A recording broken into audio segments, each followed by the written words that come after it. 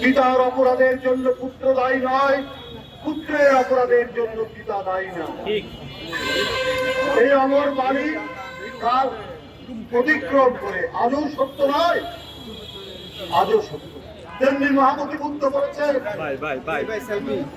তার যে মহামূল্যবান বাণী অহিংসা, ন্যায় ও সাম্যনীতি, এইটা নিয়ে তোমরা করছ।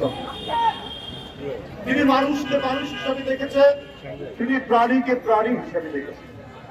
এই দেখতে গিয়ে তাদের দুঃখ কষ্ট উপলব্ধি করেছেন।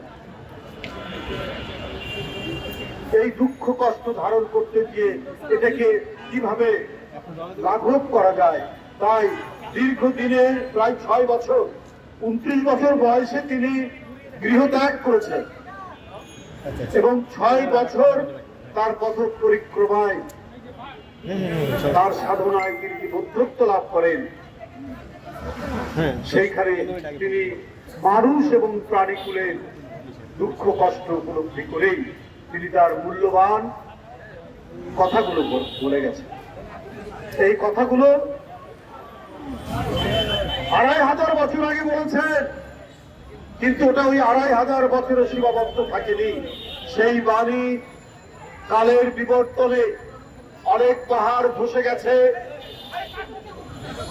আসতে অনেক প্রাচীর ধসে গেছে, অনেক নতুন প্রাচীর নির্মিত হয়েছে, কিন্তু এই বাণী ধসে যায়নি।